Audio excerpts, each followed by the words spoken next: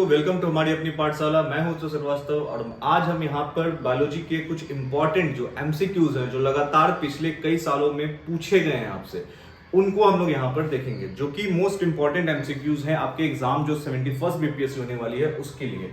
चलिए शुरू करते हैं। हमारा फर्स्ट क्वेश्चन, पहला क्वेश्चन ये कहता है कि निम्नलिखित में से कौन सा स्वाद जो है वो जीभ का नहीं है। जैसे कि आपका दिया है यहाँ पर स्वीट यानी कि मीठा, बिटर यानी कि कड़वा, सॉल्टी मतलब नमकीन, स्पाइसी मसालेदार, उमामी और खट्टा और पुगमेंट यानी तीखा। ये सारे यहाँ पर दिए गए हैं। चूंकि जीभ का जो होता है एक इंपॉर्टेंट सेक्शन जो होता है वो होता है पूरे जीभ का जो सरफेस एरिया होता है वो अलग अलग टेस्ट के लिए अलग अलग भाग को बताता है।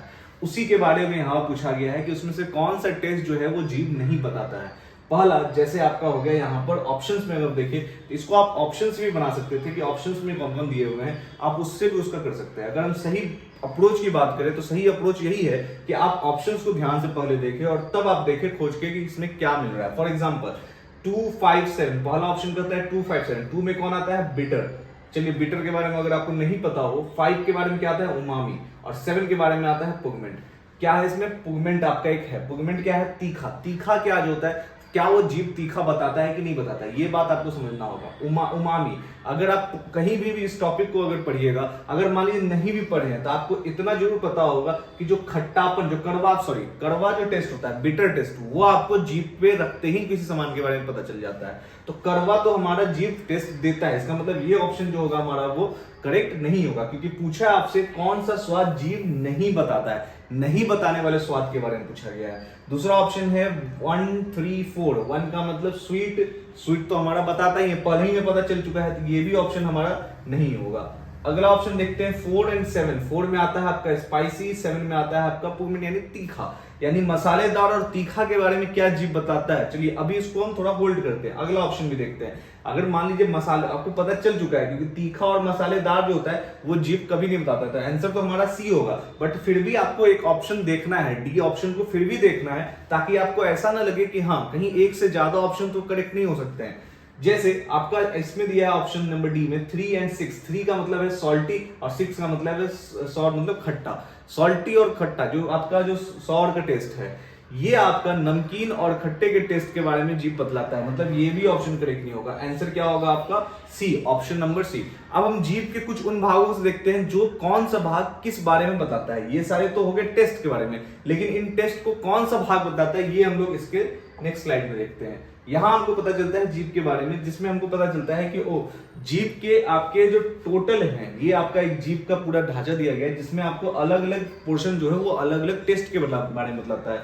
जैसे आपका ये जो किनारे वाला पार्ट है, ये आपको सॉल्टी के बारे में बताता है। उसी के साथ किनारे के साथ ऊपर थोड़ा बढ़ जाइए तो ये आपको स्वीट के बारे में बताता है। जो कॉर्नर के दोनों होते हैं वो आपके सॉर के टेस्ट के बारे में बताते हैं, खट्टेपन के टेस्ट के बारे में बताते हैं। बीटर यानी तीखा, ये टेस्ट आपको पीछे वाले पार्ट बताता है, और उमामी का जो टेस्ट होता है वो आपका बीच का पार्ट बतलाता है। तो इस चीज को अगर आप फिगर को ध्यान से याद रखिएगा तो आपके जो क्वेश्चंस होंगे वो नहीं छूटेंगे, क्योंकि इसी टॉपिक से लगातार 2 बार बीपीएससी सवाल पूछ चुका है। जैसे कि नेक्स्ट सवाल जो हमारा है वो इसी टॉपिक से रिलेटेड है।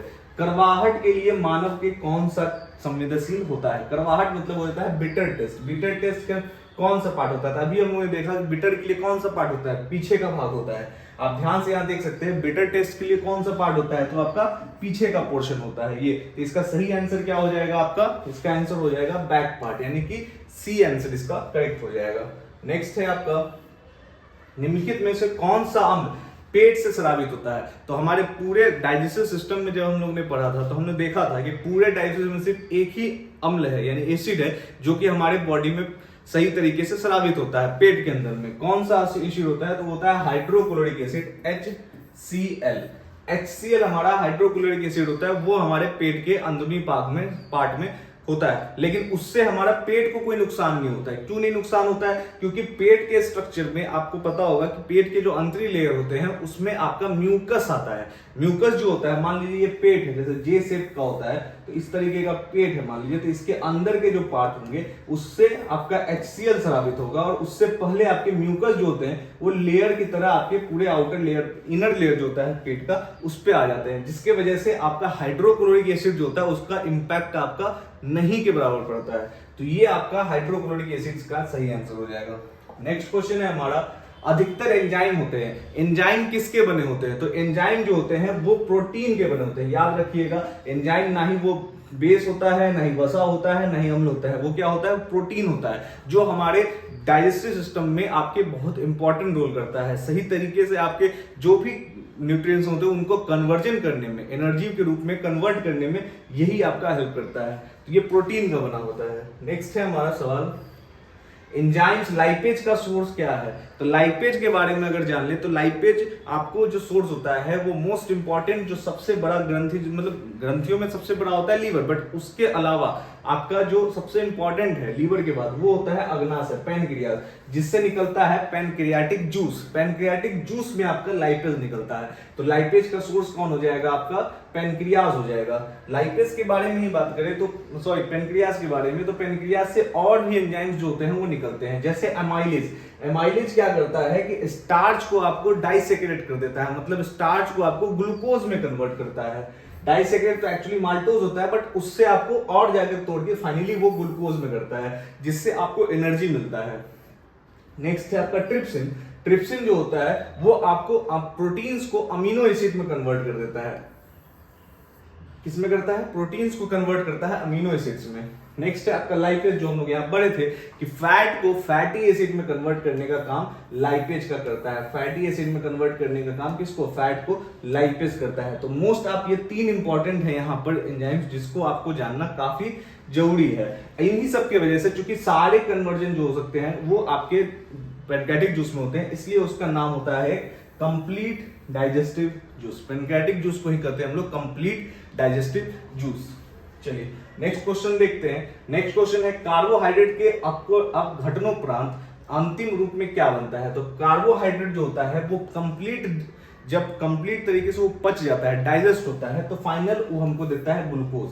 ग्लूकोज जो होता है वो आपके एनर्जी के फॉर्म में आपको मिलता है, उससे एनर्जी आपके शरीर में मिलती है, जिससे आप सही तरीके से काम कर सकते हैं। यही रीजन है कि जब आप कार्बोहाइड्रेट खाते हैं, जैसे फॉर एग्जांपल आप चावल खाते हैं, चावल में कार्बोहाइड्रेट काफी ज्यादा होता है, जब आप चावल खाते हैं तो उससे आपको एनर्जी, तुरंत इंस्टेंट एनर्जी का फील होता है, खाते के साथ आपको ताकत मिलने का फील होता है।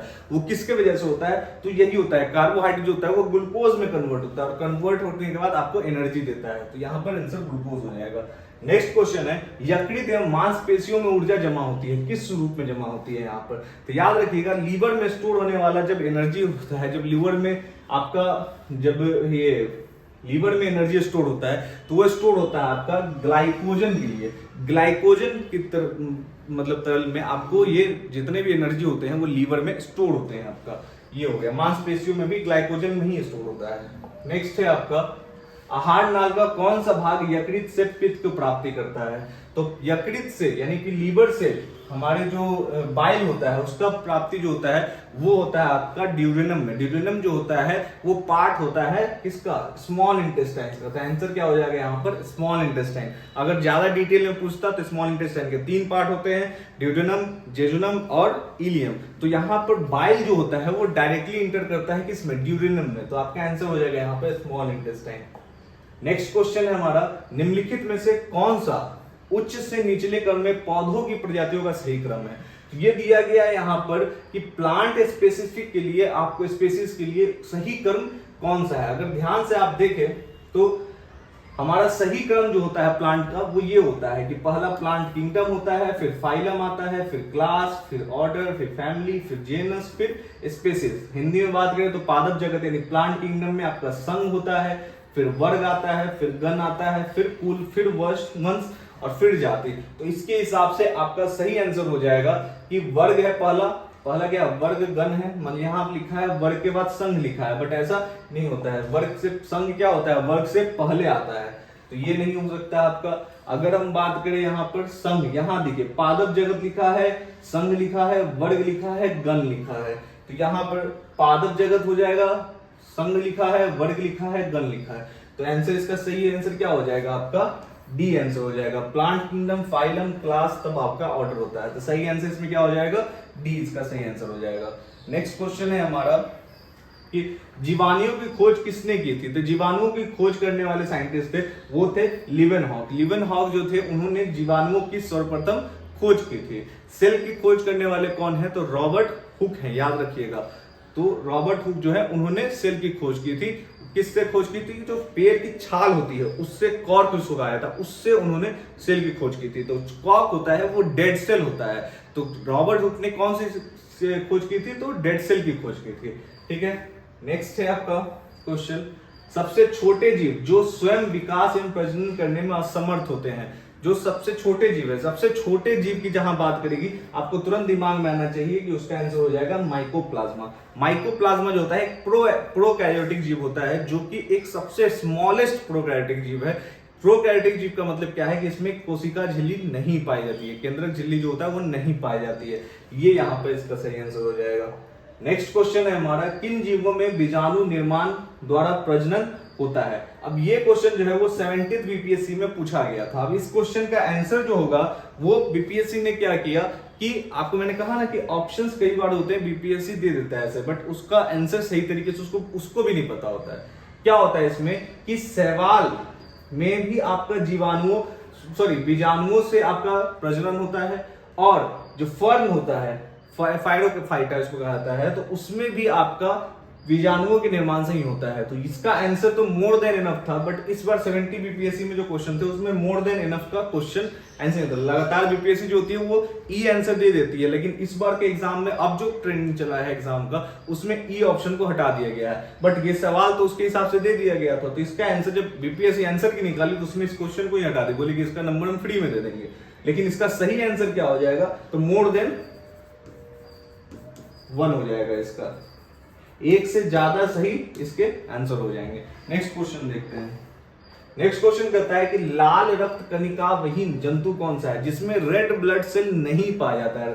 कणिका विहीन जिसमें कि red blood cell, without the red blood cell कौन सा जीव है? तो इसमें आंसर हो जाएगा इसका केचुआ। केचुआ में रेड ब्लड सेल जो होता है वो नहीं पाया जाता है। रेड ब्लड सेल जो मानव में पाया जाता है उसका लाइफ साइकिल याद रखिएगा कि जो लाइफ साइकिल होता है वो होता है आपका 120 डेज का, और जो रेड ब्लड सेल यानी आरबीसी जो होता है वो उस कहां पर जाके खत्म होता है, यानी 120 डेज कंप्लीट होने के बाद कहां पहुंचता है? तो वो ब्लड यानी बॉडी के स्प्लीन नाम का एक ऑर्गन होता है उसमें आपका पहुंचता है, जो लीवर के साथ ऐसे अटैच होता है, लीवर के थोड़ा आगे जाके उसमें स्प्लीन होता है, उसमें आपका ग्रेवयार्ड ऑफ द आरबीसीज कहा जाता है इसको, क्योंकि आरबीसीज वहां पर एंड हो जाते हैं।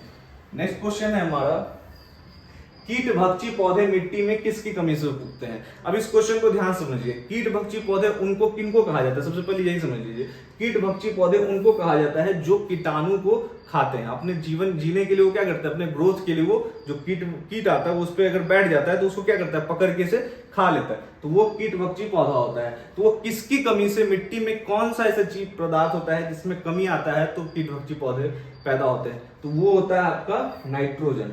मिट्टी में जब नाइट्रोजन का कमी हो जाता है तो वहां पर कीट भक्षी पौधे मतलब उगते हैं। अब ये क्या करते हैं, क्योंकि नाइट्रोजन की कमी के कारण ये पौधे अपनी नाइट्रोजन की पूर्ति के लिए क्या खाते हैं? कीट भक्षी खाते हैं, कीट खाते हैं, उस समय इंसेक्ट्स को खाया करते हैं। जिसका सही आंसर हो जाएगा आपका सी यानी कि नाइट्रोजन। नेक्स्ट है हमारा क्वेश्चन, हल्दी पौधे के किस भाग से हल्दी पाउडर प्राप्त होता है?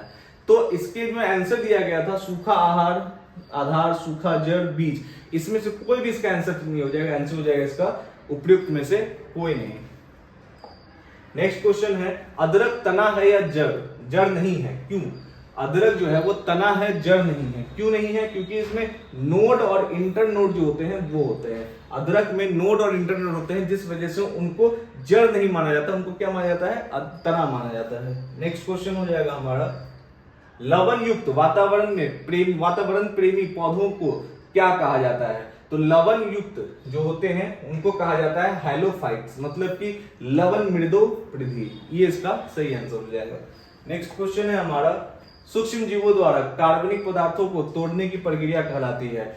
सूक्ष्म जीव जो होते हैं वो कार्बनिक पदार्थों को तोड़ते हैं। जब वो मर जाते हैं, मान लीजिए कोई ऐसा पौधा हो गया जो डेड हो गया या एनिमल डेड हो गया, तो उसके ऊपर कुछ बैक्टीरिया, कुछ जो छोटे छोटे जो जीव होते हैं वो उस पर पनपना शुरू कर जाते हैं। वो क्या करते हैं, उसके जो पार्टिकल्स होते हैं, जो कार्बनिक जो तुम्हारा आपका ऑर्गेनिक हो गया, वो मटेरियल्स को क्या करते हैं? वो तोड़ना शुरू करते हैं। वो तोड़ के उसको किस में कन्वर्ट करते हैं? जो पूरा विधि कहलाता है उसको कहते हैं हम लोग अपघटन। अपघटन यानी कि डिकम्पोजिशन आपको बैक्टीरिया जो होते हैं वो डिकम्पोज करते हैं और फाइनली जो होता है वो चीजें खत्म होती है वहां पर।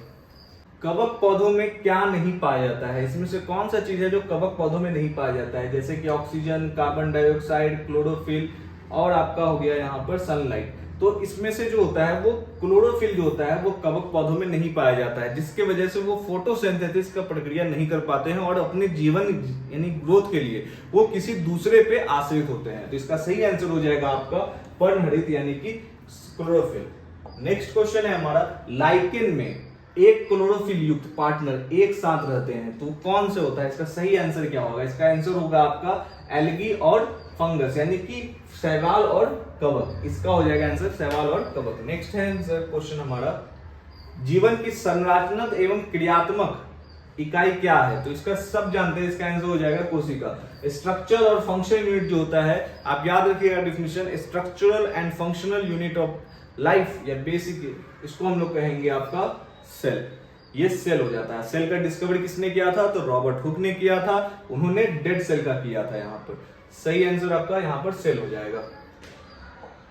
तो इसी के साथ ये हमारा जो सीरीज है एमसीक्यूज का वो यहाँ पर आज का हमारा एंड होता है। नेक्स्ट सीरीज में हम आपसे मिलते हैं। अगर आपको वीडियो पसंद आया है तो इसे लाइक कीजिए, शेयर कीजिए और उन दोस्तों तक जरूर पहुंचाइए जो कि इस बार एग्जाम देने वाले हैं 71st बीपीएससी का।